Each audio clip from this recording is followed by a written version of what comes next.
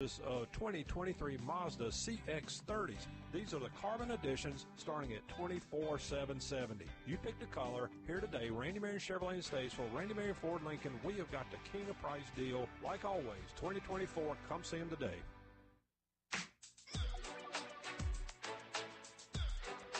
Hello and welcome to Dollars and Cents, presented by North Main Financial. I'm your host, Joshua Dobi. Thank you so much for tuning with us here to the 4 o'clock hour. Appreciate you hanging with us here, the later end of the afternoon session. Now, if you're 9 to 5 or 53 minutes, 8 seconds until you get to the end of your time here. So I appreciate you getting the last stretch with us here. And if you're not, if you're a shift worker, and I was surrounded by shift workers, that's shift workers growing up here, that it may be the end or the beginning of your shift. And either way, I'm so glad that you're tuning in with us here to Dollars and Cents, presented by North Main Financial. We're talking on all things economic, financial, looking at things on a macro level, sometimes global, looking at things that are happening around us, dotting your headlines, wanting to see what's pertinent perhaps to your particular situation, but we also seek to break it down to an individual, group level, kinds of things that you may be experiencing, family members may be experiencing, neighbors, colleagues, all that good kind of stuff.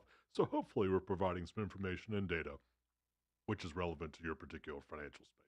If you'd like to reach out to us here at North Main Financial Group, love to hear from you, love to chat with you. You can reach out to us online, northmainfinancial.com. That's north like the direction, main like the street, financial.com. Northmainfinancial.com. We have a contact page on there. You can leave us your email address or a phone number. But if you'd like to reach out to us here in the studio, love to hear from you. I will try very hard to get it here on the show. I'd love to get things that are pertinent, relevant to your particular financial situation. Here in the studio, 844-STUDIO-4. That's 844-788-3464. That's 844-788-3464. One more time, 844-788-3464 here in the studio. Love to chat about what may be on your mind. You may be seeing on your headlines, and that's a nice segue. We're going to get into our first segment. You know it by this point. It's been something we've been talking about here a lot. What's hot? And that wasn't even meant to be an alliteration or rhyming. But what's hot in terms of your headlines and the kinds of things that you're seeing out there in the financial and economic ends of your universe. When we're talking about it, we're in earnings season. I get excited. I know that's a little bit weird. I get excited, though, in talking about earnings season because companies are coming out. They're sharing what's happening, and not only in this particular quarter, but in the kinds of things that they're seeing going forward. Now, we've had a whole bunch of companies here. I am in no way going to touch all of them here in the What's Hot segment.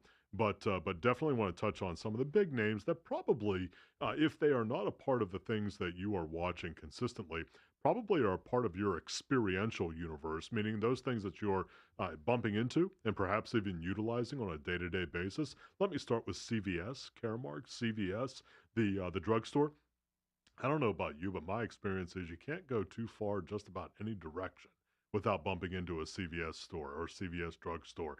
I mean, they are everywhere. They have an exceptional proliferation here around the country, and they came out with earnings. Our publicly traded company. They came out with earnings here this past week, and I would say that overall the numbers weren't particularly alarming in terms of what their current revenues were, current profit margins were, but in terms of the go forward kind of analysis, market didn't like it. Really didn't. It was kind of interesting to see that kind of thing because when we think about drugstores, we think about the kinds of things that move, whether we're talking about Walgreens Boots or we're talking about CVS Caremark, the two largest that are out there right now. We don't generally expect them to be in the double digits in terms of growth. Really don't. I mean, they're just not built that way. We're very mature industry, very mature companies that we don't generally expect that. But boy, the market was expecting something else because the price of CVS Caremark stock really took a hit. And so when we're looking at that, we're looking at what that means relative to the overall sector. We're looking at what that means relative to the economy overall. It's a little bit concerning. A little bit of just why would that be the case? Now, I don't think there's a whole lot of mystery. If you watch how drug stores generally make their profits, it's not from the prescriptions they're filling in the back of the store. It really isn't. The kinds of things that are making the money, and this may seem a little bit unusual, but if you watch anything that has to do with drugstores and specifically, almost scientifically, grocery stores, the things on which they're making the most margin, the most profit, They're towards the front of the store. I know. It's scientific. I'm telling you, I've been around this business a long time. It literally is scientific. The things that are making the most money are towards the front of the store. Things towards the back of the store, not making as much money on those in terms of profit margin. So we're seeing that kind of thing with CVS because, I mean, I don't know if your experience is like mine, got to walk all the way to the back of the store to get the prescriptions filled. But boy, if you want makeup, if you want a candy bar or something along those lines, definitely towards the front of the store. That's what we're seeing with CVS. Most folks are coming in to get their prescriptions filled, not buying as much towards the front of the store. That's the reason why that we're seeing the pullback as far as the overall margin increase is concerned. Now, big one, and this is probably going to carry over into two segments. That's okay. I'm teasing you a little bit. I want you to hang around here with us on Dollars and Cents. But when we had quarterly earnings come out from Meta. Meta, the formerly known as, but now, I mean, it includes. So they're known as Meta now in my end of the universe, but they are certainly known as Facebook. Boy, did they come out and just blow it out of the park. When I say blow it out of the park, I mean not only in terms of earnings, not only in terms of go forward guidance, but they also started. I mean, hold on here because this might mean for all of you Facebook followers, the changing of an era. It certainly means it for me on my end of things. They're going to start paying a dividend. I mean, literally, they're going to start paying a dividend, cash money to hold on to the shares. I mean, that's kind of the sign. Microsoft did it a number of years ago. Apple did it a number of years ago. It's kind of the changing of the guard. I mean, instead of every single penny going back into the company that's not paid out for employee compensation, that they're actually going to be start distributing cash money out to shareholders. Kind of a big deal. And boy, did the market love it. I mean, the market just took off. As a result, I mean, when I say the market, I mean the market for Meta / Facebook shares up 20%, 20% in a given day. Now you're saying, okay, what does that mean? Well, I got some numbers for you here because I'm a little bit eccentric. I'm a little bit crazy like this. So 20% in a day, $200 billion, $200 billion one day. I mean, when you start thinking about that, so you probably, okay, what's $200 billion? That's a big number. Yeah, I got some ways for you to think about it here. $200 billion in terms of increase in market capitalization in one day. In a single day, right? So it's the biggest single day move in terms of market capitalization ever. Never has moved that much that fast in a single day. So that would be if you were stacking $1 bills. I know I look at this kind of stuff. I'm a little bit crazy. I understand if you think I'm crazy as well.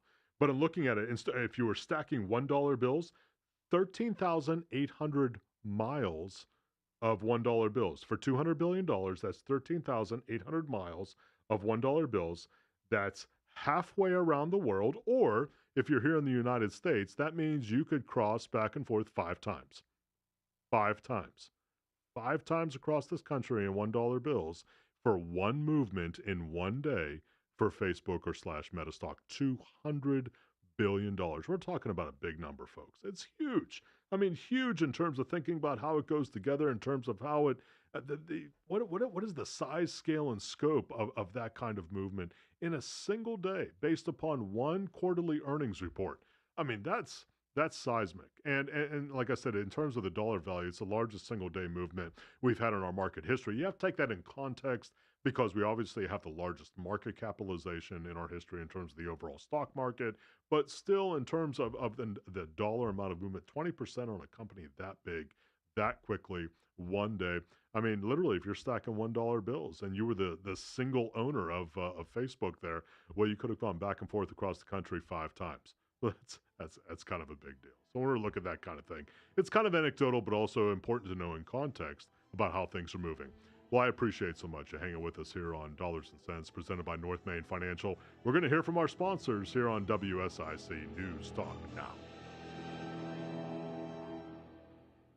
Keep it right here. Dollars and Cents with certified financial planner Joshua Dobi will return shortly on 105.9, 100.7 WSIC. Well, our weather is about to start changing. The clouds continue to roll in and thicken up, especially overnight. Temperatures only drop down to around 40 around the lake. For our Friday, we'll start out dry with a mostly cloudy sky. Temperatures should be able to warm up close to 60. By the afternoon, a couple of isolated showers possible heading into the weekend. It'll be mild, but it'll also be a bit damp at times. Showers, few of them possible for Saturday, wetter for Sunday and Monday. That's your forecast from the WSIC Weather Center. I'm meteorologist Chase Myers.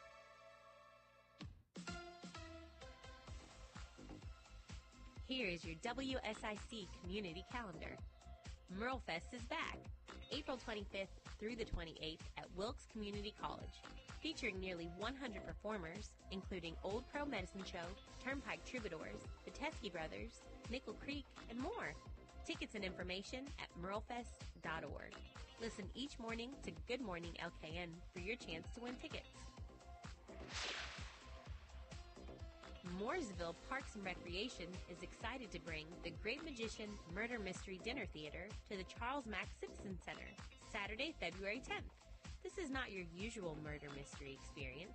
An evening of theater and mystery that will have you laughing and gasping. The Great Magician Murder Mystery Dinner Theater, Saturday, February 10th. For more info, visit ourtownstage.com. Want to attend the Charlotte Home and Remodeling Show? Throughout the day, you have your chance to win tickets. Listen to Good Morning LKN, the Home Ad Show, the News Drive at 5, and the Scoreboard. Each show gives you your chance to win. The Charlotte Home and Remodeling Show, February 23rd through the 25th. Looking for a night of bluegrass and Americana? Darren and Brooke Aldridge are coming to Kane Center for the Arts Friday, February 9th. This husband and wife team are celebrating their 9th recorded project together, This Life We're Living. Darren and Brooke Aldridge, Kane Center for the Arts, Friday, February 9th. KaneArts.org. That's CAIN Arts.org. Have an event you would like to tell people about? Yard sales, estate sales, and everything in between? Visit WSICnews.com and click on events to submit your event today. Dollars and Cents continues now. Here's your host, certified financial planner Joshua Dobi on 105.9 100.7 WSIC. Hello and welcome back to Dollars and Cents presented by North Main Financial. I'm your host, Joshua Dobi. Thank you so much for hanging with us into the second quarter football reference. We got the Super Bowl this weekend. All right, and I get it. You may not be a 49ers fan or a Chiefs fan, and I mean we got a lot of talk about the Super Bowl this year, and then all you conspiracy theorists can tell me why. I mean they may or may not be true, but I mean the truth is there's a lot of talk here, Producer Bill, about the Super Bowl, and maybe there is every year. I don't think that any year is exempt from that kind of thing. But we got a lot of talk about it this year, so it's going to be interesting to see. Now, I like these kinds of things. Not everybody likes to talk about the commercials, right? I mean, maybe it's become a little bit overdone. Maybe it's passé now in terms of how folks pay attention to them. But I kind of like watching who's going to make the investment, because just like every year, price goes up. Who's going to make that huge investment to be out there on Super Bowl Sunday? I mean, what do you think? I mean, am I making too much of that, or what is that? Oh no, I'm definitely a fan of watching. Yeah, I am as well. I mean, especially if there are food commercials, and you know how much we love food here on WSIC. So I'm going to be talking food here in just a few moments again, of course, because we'll tie that into dollars and cents. Are you kidding me? Financial, economic, food's very important. We're talking about that kind of thing, but also for Super Bowl Sunday. I mean, I think I've shared a number of times my absolute love for fried chicken wings, and I do. But there are a lot of things that come into play for food wise on Super Bowl Sunday, and certainly if you're one who gets together with friends, family for that kind of thing, it is a fun time of the year. So I mean, Producer Bill, I know your Baltimore Ravens are out, but and so I don't mean to scratch an old scab. Oh yeah, no worries. All right, but if we're looking at these two teams, do you have a preference? Do you have are you pulling for anybody in particular? I wouldn't say pulling, but I am rooting for Steve Wilkes. Charlotte guy. Yeah. So I'd like to see him get it done. Yeah, I don't disagree with you at all there. And so and I'm looking at that. I look at McCafferty. In the backfield for San Francisco, and I mean we drafted him. So I'm just glad we got rid of that guy. I mean, what a distraction. That's right. I mean, what would we do with a guy like that? Right. In our back. Yeah, it just didn't fit. Oh goodness gracious! I mean, I'll run down that lane for a long time. That's another show. Yeah. Oh boy, all by itself. And but anyhow, but that being said, hoping that the teams play well and all the other stuff aside, I'm not going to mention a certain, let's say, pop icon right now who may or may not be dotting the headlines. I think she gets enough press. Although probably if I would say her name here, there is some kind of AI program. Oh yeah. Which I mean, we would just get listeners by the 100,000 fold. Right. Yeah. It'll pull right up in the transcript. I probably should. Google. You can say it. I won't do it. I won't do it. You got to come here organically. Yeah, you got to earn your way. You got to earn your way in. Bravo. to dollars and cents. All right, let's keep going here. We're looking at what's hot. We're looking at the Super Bowl, of course, what's hot in terms of what's happening here from an economic and financial standpoint. But we're going to keep going here. It's earnings season, and when we're talking about earnings season, yes, generally speaking, about 4 times a year, but companies also report their earnings at different times. So when I say it's earnings season, I'm talking about the majority of the S&P 500, the Standard & Poor's 500 index. This is where we're getting a whole bunch of them coming through at the same time here. And there have been a number of companies. I talked a little bit about Meta/Facebook here in the previous segment right before we went to break there. I got to talk about one that's been, let's call it, not as positive. I mean, Meta and Facebook, hard to be more positive than that. I told you, $200 billion in increase in a given day in market capitalization, 13,800 miles of $1 bills. If you're thinking about what $200 billion means, back and forth across the U.S. 5 times, as you're doing the math on that end of things as well. But looking at a company that hasn't done as well, and I'm going to say this is overdone, and it's not, and yes, that is subjective. You can't quantify that in an objective way, but it's been very interesting to see. We've talked a lot about here on Dollars and Cents about the commercial real estate market and some of the concerns that we have from a valuation standpoint because of the ways in which we have higher vacancy rates. We certainly have companies who have adjusted their thought process about what it means to come into the office to work. And so, whether we're talking about hybrid scenarios, we're talking about, drops in usage overall. Maybe it's a full work from home sort of space. So we're seeing, let's call it, less demand in the Class A high-rise tower. Not every commercial space. That's important to keep in mind because I had this said very well by a gentleman who is very well educated in the commercial real estate space. He said, and hold with me here, this is not double talk. He said, not all commercial real estate is commercial real estate. And that was very wise. I know. You're like, okay, what in the world did he mean? Well, that means that not all things slot into the same category, even within the broad category of commercial real estate. Meaning sometimes when we're talking about commercial real estate, we're talking about the high-rise office towers in our more urban centers. We're also talking about things like strip malls in more, let's call them rural kind of spaces. So that when we're putting those things together, we really can't compare the two legitimately on an apples-to-apples comparison. There are some significant differences, for all the obvious reasons, between the nail salon in a more rural kind of strip mall sort of scenario and somebody who is leasing out 50, 75, 100,000 square feet in a Class A office tower in lower Manhattan. I mean, very obviously, there's a very different kind of scenario there. But when we're talking about commercial real estate, sometimes they get all lumped together. So that's why I'm differentiating between the two here and looking at commercial real estate, specifically looking at the Class A high-rise office tower kinds of setups in our more urban kinds of settings. You've heard me talk about where we hit some 40-year highs in terms of vacancies, so we bumped into the 20% range in terms of overall Class A high-rise office tower downtown urban sort of scenario, commercial real estate spaces across the country. So that's 20% across the country, not for any one specific city. But when we're looking at them across the country, that was a 40-year high in looking at that kind of space. And then we got a quarterly report from a regional bank that has definitely set up some ripples through the system in terms of trying to quantify what it means for, again, the high-rise tower sort of Class A commercial real estate end of things. New York Community Bank Corp.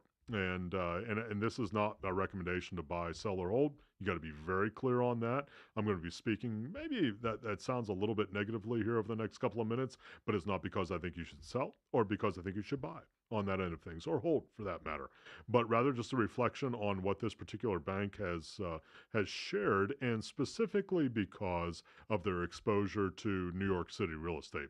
And New York City, specifically hyper urban, Class A, tall tower kind of commercial real estate, came out very negative. And very negative, I wouldn't say because that they're saying, this is going to crash out or anything like that, but because of their look at not just in terms of where things are sitting today, but what they see going forward. And that's really what I think spooked the market. So the price, if you happen to own New York Community Bancorp, you know exactly what I'm going to say next. The price of the publicly traded stock down about 60% here in the last 2 weeks. Now, is that overdone? Maybe, maybe not. I mean, there's no way for us to know at this point, but definitely the market has been looking at it in a negative light, probably based upon market style and market volumes. Probably it has been oversold relative to the exposure aspect of things for New York Community Bancorp. I don't want to say, again, this is not a recommendation to buy, sell, or hold, but probably the way the market does it is they fire first and aim later kind of thing whenever some spooky news comes out in one direction or another. It seems like that's the case here. It seems like that may be what has happened in this case. No way to know. We'll find out soon enough. But what is true, we're starting to line up some data points here. You've heard me talk about this now for several shows here on Dollars and Cents, presented by North Main Financial. You've heard me talk about this now on several shows in terms of the data points that are lining up, which are, let's say, not as enthusiastic in the high tower Class A office space on the commercial real estate end of things. And that's what really is piquing my interest. Those are the kinds of things that we're watching very closely on my end of things, because there are data points with regards to vacancy. There are data points with regards to the number of permits which are being pulled for new projects, meaning new high tower projects, also at a 30-year low in terms of the number of permits pulled. Now, it's relative. I get it. It's not that there are no permits being pulled. It's a relative kind of data point, meaning looking at it relative to how many were pulled last year, the year before that, year over the last couple of decades.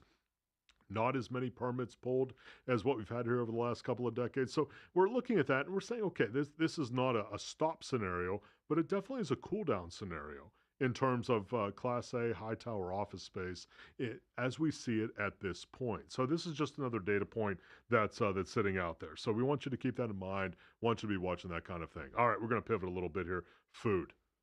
I know. I mean, literally food. And that's why I had a pregnant pause there so that you would be paying attention here on Dollars and Cents, because we like to talk food here on WSIC. We really do. I mean, it's great stuff. So Chipotle. Now, Producer Bill, are you a Chipotle guy? I mean, are you the kind of guy? I mean, is yes. it? See, I am too. Yes. Man, do I love that stuff. And maybe it's because all things that have to do with tacos and burritos. I mean, I pretty much correct could eat twice a day. I could, yeah. Twice a day could do that kind of thing. Couldn't have. I mean, it really could. I mean, it's and I like it with the heat and with the guac and everything else. I mean, just give me the big bowl and leave me alone in a corner there. But they came out with an earnings beat. The Chipotle publicly traded company came out with an earnings beat relative to the expectation here in the marketplace, and this was kind of interesting. I thought it was pretty aggressive coming at it from the CEO's report that they could increase as much as 2x, meaning 100%, doubling their current locations. Now, I thought that they were pretty aggressive already in terms of expanding the number of locations of Chipotle around the country. And the CEO was pretty outspoken in saying, we may just do twice more of what we have already.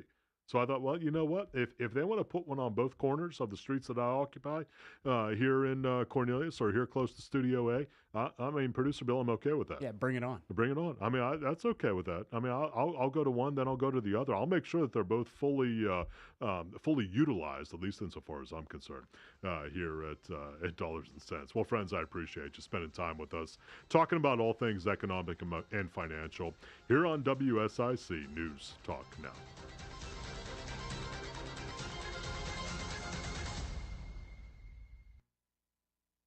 More of Dollars and Cents with certified financial planner Joshua Dobi following these brief messages on 105.9 100.7 WSIC.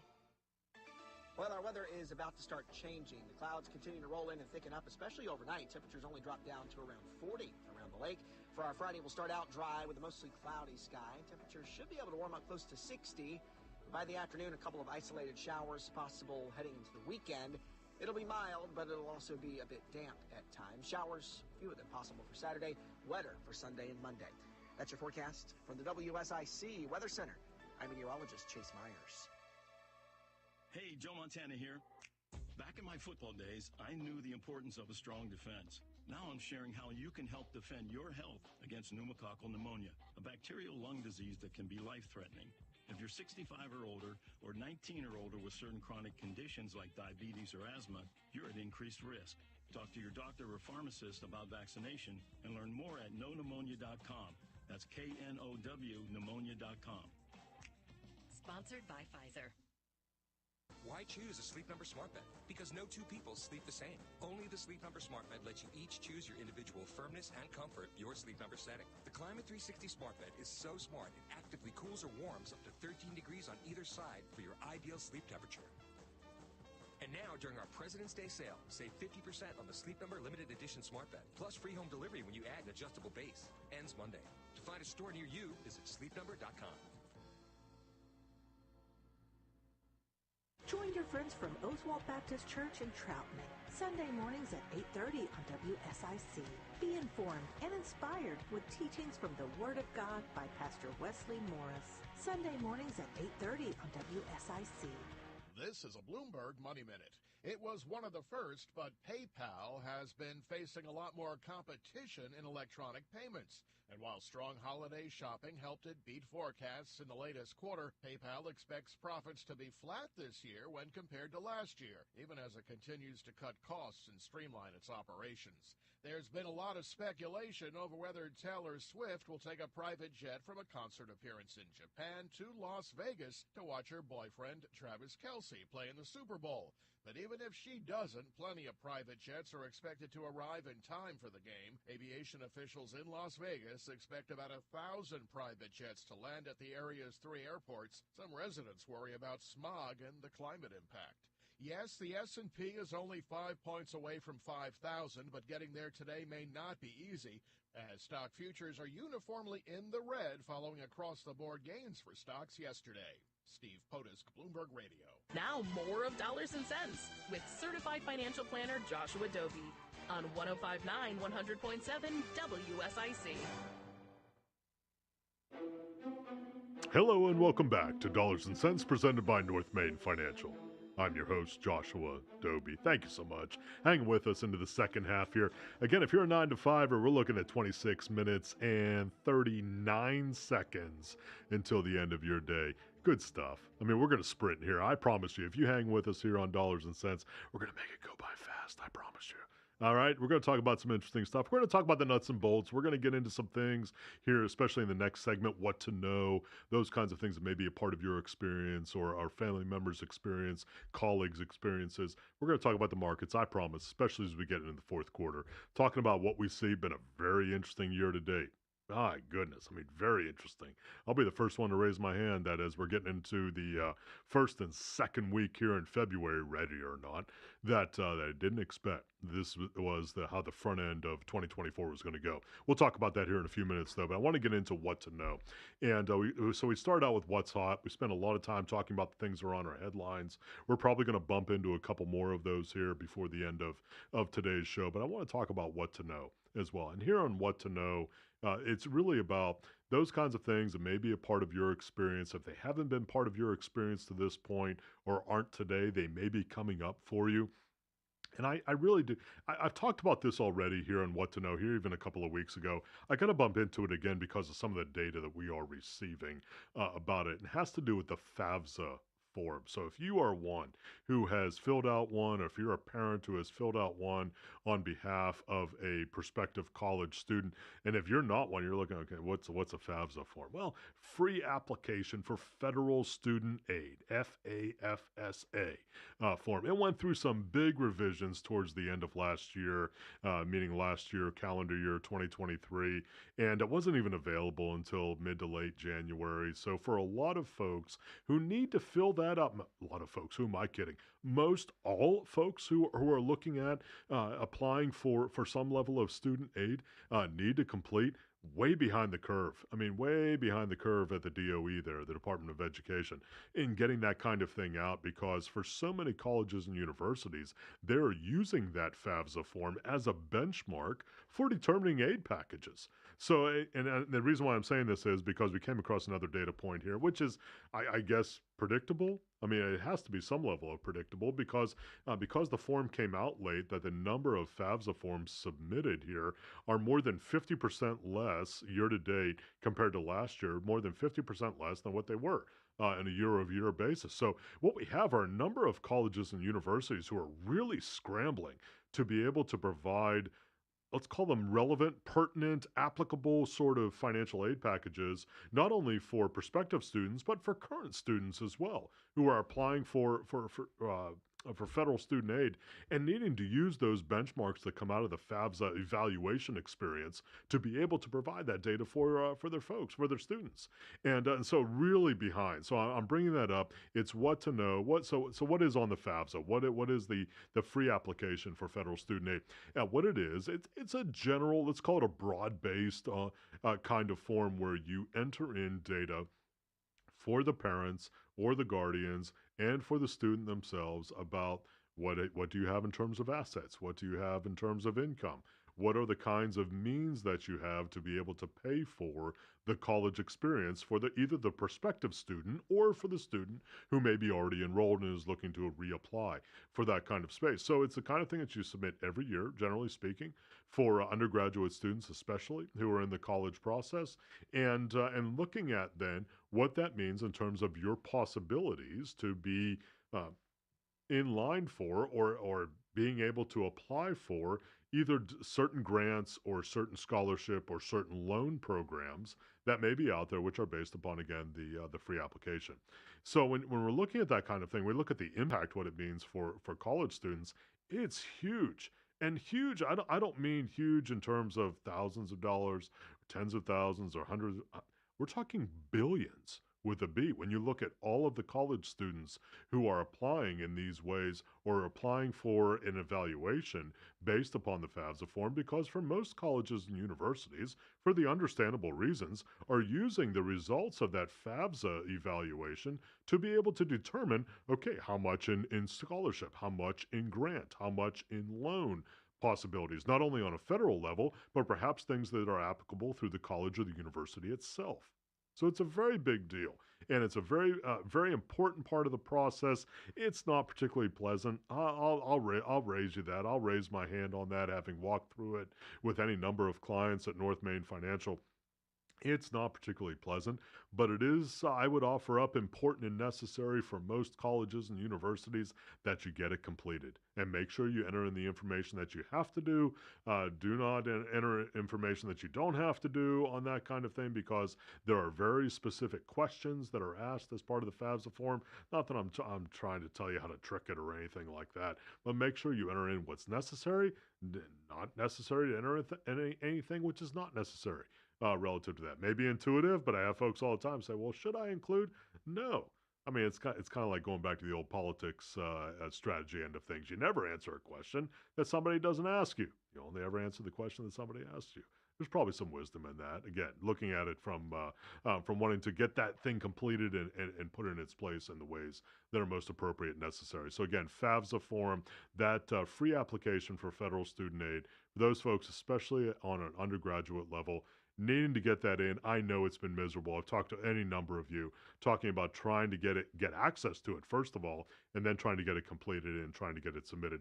It's miserable. Most colleges and universities, in my experience, through clients, they understand that. They understand it's been delayed. They're not let's say, pushing the normal kinds of deadlines that they normally would whenever those kinds of things have been normally accessible. But make sure you're in contact with the student aid department at your particular college or university. Make sure they understand, if they're not already, that those kinds of things are sitting out there. You're going to get it to them as fast as you possibly can. So make sure you're doing that. All right.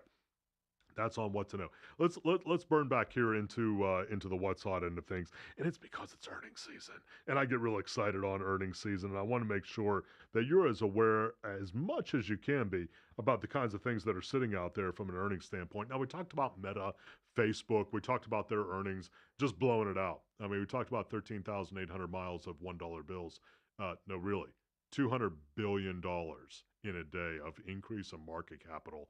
If you didn't hear us here a couple of segments ago, $200 billion in increase, billion with a B, in increase in market capitalization in one day, just in case you're wondering, because I do these kinds of weird things. 13,800 miles approximately of stacked $100 bills. Pretty impressive day in one day. I hope you were one of the folks that owned it. Now, I'm not saying buy, sell, or hold it. I'm saying I wish you would have owned it a week ago, if it's going up 20% in a day. But on the other side of things, interestingly, and I do think this is interesting in terms of understanding the market, understanding sectors, understanding different companies. Because on the other end of the spectrum, Snap. Now, I'm not a Snapchat guy. I'm not. I barely understand Facebook at this point. But Snapchat, Snap, that also kind of program. What do we call them in this day and age? Producer Bill. I mean, we got to call them. I mean, it's another opportunity to be able to share on social media. Is that what an old guy says when talking about Snapchat? Yeah. Yeah. Is that applicable enough? Yeah, right. I like it. Okay, because I mean, it obviously is not built for guys like me. I mean, I'm not too keen on it myself. I'm a different demographic, right? Because I mean, it's about sharing pictures, and it's about temporarily, and they vaporize, right? See, I can't even. Supposedly. I can't. Well, that's the rumor. Another show. That's the rumor again. Another show. But another app that's out there that again you may be very familiar with it. Struggle along with me here as I'm talking about how it goes together. But anyhow, it's a publicly traded company, or at least the parent company is a publicly traded company, and Snap down 30%, meaning the stock price down 30%, primarily due to weak ad revenue or advertising revenue, and they're having trouble in terms of attracting folks who believe that that Snapchat is a highly desirable area to attract folks from an advertising standpoint, right? So what are the primary desires of anybody who advertises? Increased branding, increased exposure, frankly, the other folks who connect with that particular entity in terms of reaching out to them for goods or services in some kind, right? But Snapchat is not enjoying that end of things. Certainly not in the same ways that Meta and Facebook are. So the stock price for Snapchat, or Snap, the parent company, down 30%. Very interesting to see, and very interesting to see in a go forward kind of basis where Snap was saying we don't see it getting particularly better. And that's really why the reason for the pullback in the stock price. So very interesting to see those kinds of things. All right. Going to keep motoring here. It's earnings season. We've got a lot to touch on, and we're certainly not going to be comprehensive, but we want to touch on as many as possible. ARM Holdings, ARM Holdings. Now, this may not be a company that's on your radar screen. I understand if they're not. It is on our radar screen at North Main Financial. A, because of their size. B, because of with whom they're connected. So I would say at this point, $120 billion company. So huge company, large company based in the UK. And they came out with some earnings here. They're a semiconductor company, or a computer chip style company, came out and just crushed it. Now they have a huge connectivity to Apple. So that the Apple primary, one of their big connectivity points in terms of to whom they send or to whom they sell semiconductors. But when we're looking at that in terms of business, obviously very good, but it doesn't mean necessarily they're going to increase exponentially each quarter. but they came out with some crushing earnings. And so their stock price up 30% in a given day. Huge amount of movement in a day. Again, ARM Holdings, not a recommendation to buy, sell, or hold, but very interesting in terms of how powerful their earnings growth was quarter over quarter, because it definitely wasn't expected by the market. So when we're looking at that kind of thing, we're looking at semiconductors. That's where the market's been hot. Very interesting to see that. Very interesting to see. We're going to be talking about it in the fourth quarter, that the market has been so strong in those technology areas. Hang with us. We're coming back in a few seconds here on Dollars and Cents, presented by North Main Financial. We'll have more of Dollars and Cents with certified financial planner Joshua Dobi following these brief messages on 105.9, 100.7 WSIC. Well, our weather is about to start changing. The clouds continue to roll in and thicken up, especially overnight. Temperatures only drop down to around 40 around the lake. For our Friday, we'll start out dry with a mostly cloudy sky. Temperatures should be able to warm up close to 60. By the afternoon, a couple of isolated showers possible heading into the weekend. It'll be mild, but it'll also be a bit damp at times. Showers, few of them possible for Saturday, wetter for Sunday and Monday. That's your forecast from the WSIC Weather Center. I'm meteorologist Chase Myers.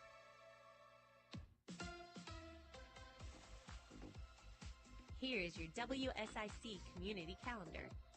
Merlefest is back, April 25th through the 28th at Wilkes Community College, featuring nearly 100 performers, including Old Crow Medicine Show, Turnpike Troubadours, the Teskey Brothers, Nickel Creek, and more.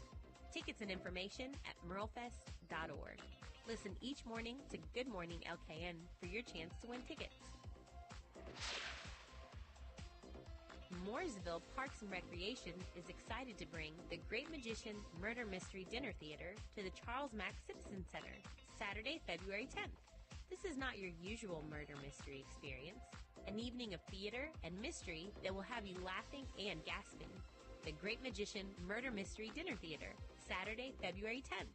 For more info, visit ourtownstage.com. Want to attend the Charlotte Home and Remodeling Show? Throughout the day, you have your chance to win tickets. Listen to Good Morning LKN, the Home Ad Show, the News Drive at 5, and the Scoreboard. Each show gives you your chance to win. The Charlotte Home and Remodeling Show, February 23rd through the 25th. Looking for a night of bluegrass and Americana? Darren and Brooke Aldridge are coming to Kane Center for the Arts Friday, February 9th. This husband and wife team are celebrating their 9th recorded project together, This Life We're Living. Darren and Brooke Aldridge, Kane Center for the Arts, Friday, February 9th. KaneArts.org. That's CAIN Arts.org. Have an event you would like to tell people about? Yard sales, estate sales, and everything in between? Visit WSICnews.com and click on events to submit your event today.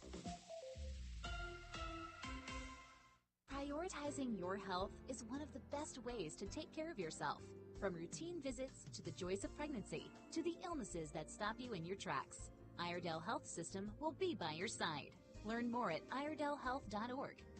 Call now to speak with certified financial planner Joshua Dobi at 844-STUDIO-4. It's Dollars and Cents on 105.9, 100.7 WSIC. Hello and welcome back to Dollars and Cents, presented by North Main Financial. I'm your host, Joshua Dobi. Thank you so much for hanging with us. Fourth quarter of today's show. We're looking at 10 minutes and 39 seconds until the end of the day if you're a 9-to-5er, and I'm thankful so much that you're tuning with us here to Dollars and Cents, presented by North Main Financial. Now, you heard me say fourth quarter. Producer Bill, it is Super Bowl week. And I think, and I've mentioned this a couple of times in today's show, perhaps you haven't listened to the whole thing, which, by the way, you can always tune in to WSIC News. We got all the socials. We got all the recordings on there as well. You can always tune in, listen to the recordings for something that you missed. But I'd be remiss if we didn't at least touch on, again, this is Super Bowl week. And because we, which means I, like to talk about all things food related as many times as we can. Now, do you have a go-to for Super Bowl Sunday? Is there kind of a go-to snack or go-to food? I mean, or are you like, you just bring all comers? I mean, whatever's coming through the door. Yeah, I'm definitely open-minded. Yeah. We'll say that. I like that. Yeah, but I do, if there's a chip and dip and, buffalo chicken dip or buffalo cauliflower dip, whatever you put. Oh, you're singing my music. Yeah, I'm seafood on that day. See, I am seafood. Eat food. And I was going to say CSEE yes, food. Yes. Yeah, same way. On my end of things, and because I do like the dip things, and I do. I mean, it's interactive. It is. It's a participatory experience, right? So it's something where we feel like anyhow. But I say that with a modest segue into Hershey. And and I do like that salty sweet combination. I mean, I do gotta say that. So if it's maybe like a little bit of fondue style chocolate over here, and maybe a pretzel over there. I mean maybe a little bit of peanut butter on a third. I mean, I might be going all the way around. Right, all the way around the circle. Yeah, I'm doing that kind of thing. So Hershey, and they did note in part, which I thought was kind of interesting because I don't really think of Hershey as a Super Bowl strong kind of experience from a food standpoint. Hershey chocolate, Hershey candy, confectionery company. Been known for a very long time, came out with just very good earnings, but also in terms of a go-forward kind of space, they were very positive, and they noted the exposure or the opportunity that comes with the Super Bowl week, which I thought was, again, very interesting kind of thing. It's probably for folks like me who like to have that salty sweet maybe kind of combination. So I mean, I'm all in. I'm all in on. Exactly. I am more than willing to do my part to help Hershey to get through the next quarter and to make sure that they achieve their earnings objective. So for my little end of the universe, sounds like producer Bill is I'm with you. Is exactly in the same space. All right. I know you're waiting for the fourth quarter here. We're talking markets. You've heard me say this. I'm going to raise my hand again. I'm surprised. Really am surprised. Really am surprised about the amount of movement in the technology and more aggressive end of the markets here in the first 5.5 weeks or so. I'm singing that because I'm doing the math in my head very quickly, but we're basically 5.5 weeks into the year here, into the first quarter of this year. Very surprised, and I say that not because I expected on January 1st, 2nd that we would pivot very strongly to a different kind of focus here in the markets, and I'm looking specifically at the stock and the bond markets. But I've been surprised at the continuity, meaning the continuity coming out of November, December, very strong on the more aggressive end, the growth end of the equity markets, technology companies, large technology companies. Boy, if you look across the board, if you look at the big ones, right? So Meta, I've told you about Meta, Facebook, huge move this year. Palo Alto Networks, cybersecurity company, big company, has had a very strong start to the year after a very strong 2023. NVIDIA, and again, this is not a recommendation to buy, sell, or hold any of these companies because if I'm telling you about them, it's because this has already happened. So make sure you're doing your proper due diligence and evaluation on your particular portfolio. But man, a lot of movement after big years last year. And I'll tell you, I'm more conservative when it comes to these kinds of things. That makes me queasy. It makes me queasy if you're a shareholder. It makes me queasy if I'm a shareholder. It makes me queasy if I have a client who's a shareholder in those end of things, which we do across the board. It makes me queasy, and it's not because I have any side of kind of insider knowledge or this. The market's going to turn on February 28th. Which, by the way, don't call me on that. I don't want to. You say, well, it didn't turn on February 28th. I'm not telling you it's going to. This is an example. I've heard from folks on say dates sometimes it didn't happen. There's nothing I know that's any different than what anybody else knows. Yes, we may have some data points that we watch very, very closely, which other folks may not watch, but nobody knows on a given day where it's going to move. So I'm not saying that in any kind of fashion, but what I am saying is, and this is just technical data, this is just technical analysis, looking at very nearly 3 decades in this business, that if we're running above the macro, if we're running above the average for a significant amount of time, right? Then we need to be below the average for some measure of time in order to make, hold on, wait for it, the average. And I say that kind of thing not because I'm saying that, folks just are not bright enough to get it. No, I'm not saying that at all, except that's how the market acts. We move in straight lines. We think in straight lines. We think the market's going up. It's going to go up forever. I can't tell you the number of so-called experts who have looked at the stocks that have moved the most here in a positive direction over the last anywhere from 15 months to the last 15 weeks and have said that this is the direction it's going to continue to go. Now I'm looking at it. How do you think about that in that way? I mean, it's linear thought. It's just this idea that because things have done well, that things will continue to do well. Folks, I got a news flash for you. It's not a news flash, but I feel like I have to say that it's a news flash. That's not how the market performs. The market performs in cycles. That means that there are peaks and that there are valleys, and there's a whole bunch of time we're either in between a peak or a valley. Literally. You don't have to believe me. It's okay. It doesn't offend me if you don't believe me. Go back and look at the historical data. That's exactly how the market performs. I'm saying this not to say the market's going to crash tomorrow or next week, or like I said, I started out with basically a caveat emptor of saying that I thought the market was going to be much more modest starting in this year, but it hasn't been. It's been very strong, especially in the technology and more aggressive end of the market. It's very surprising to someone like me. But I am saying that at a certain point, the reality becomes the reality. And I know that sounds like doublespeak, but what I'm saying is that the cycle holds. It always has, and at some level, it always will, because nothing can go straight up or on the other side. And I say this whenever the market's going negative, that the market can't go straight down forever. It just can't. It doesn't. And if it does, in either direction, well, we're living into some kind of space, some kind of fantasy land that doesn't exist, either in a positive or a negative direction. And we don't have to worry about anything after that point because it's either too good or too bad. And at that point, none of the numbers matter anymore. So I say that to say because the market behaves in some very predictable ways, especially after we've had some prolonged either positive or negative experience. And we start to think in very straight lines. We do. And right now I feel like especially on the more aggressive and large technology company end of things, there is almost this implicit assumption that things are going to continue to move in that way ad infinitum. And that's just not true. It doesn't work that way. There's nothing to indicate that that's the way that it's going to be. So I say that to present a note of caution. Again, not saying the market's going to crash tomorrow. It's not going to crash in 6 months. There's nothing out there that indicates there's going to be some kind of radical shift or correction, except that the cyclical nature of things, at some point, somebody, and it's more than one person obviously, says, boy, I've made quite a bit of money here. I think I'm going to sell and take some of my gains. And then somebody else says, I think that's a good idea. I'm going to do the same thing. Somebody else says, yeah, I really think that's a good idea. You start moving down the line and then anyhow, you have a correction.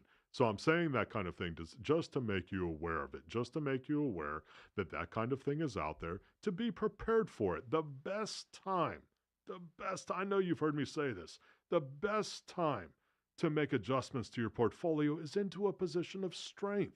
You don't want to do it after things have already happened that you don't desire, right? Who wants to sell at a low? I mean, I think what part of our responsibility is, whether it's North Main Financial, you're doing it on your own, or anybody else, I think part of our charge is to hold on for it, buy low, and sell high.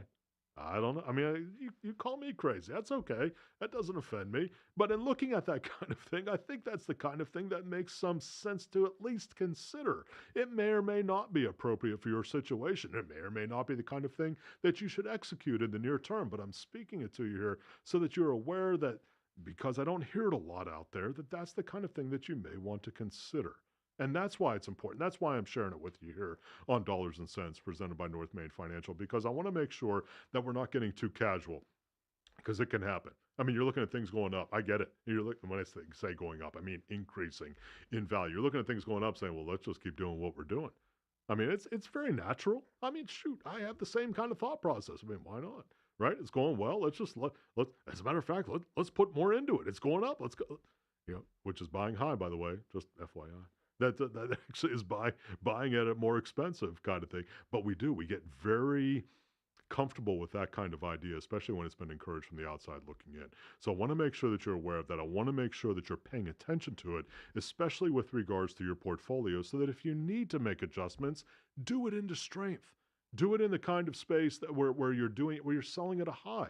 And I get it. You're saying, well, things are going to keep going up if I sell here. It may be. There's no doubt about that. It may indeed happen in that way. That's still not a reason to take a look at it in terms of adjustment, reallocation inside of your portfolio to make sure that you're allocated in the best ways. Because I promise you, folks, there aren't too many things that I can say with certainty, at least so far as my compliance department is concerned. But I can tell you with certainty there's going to be a cyclical rotation at some point. So you want to make sure that you're prepared. All right. Well, we're rapidly approaching the end of this week's version of Dollars and Cents, presented by North Main Financial. Lightning fast recap here, talking about where we've been. Earnings season, it's big. There are positive things, there are negative things, just like every earnings season. Everyone is exactly that way. But we have some very interesting strength coming out of the technology sector right now, which we thought would be more cyclical in coming out of it. Hasn't happened at this point, but it's very interesting to watch. Well, friends, I appreciate so much you hanging with us here on Dollars and Cents, here on WSIC. The new 105.9, 100.7 WSIC, Statesville, W290DK, Mooresville, Lake Norman, North Charlotte.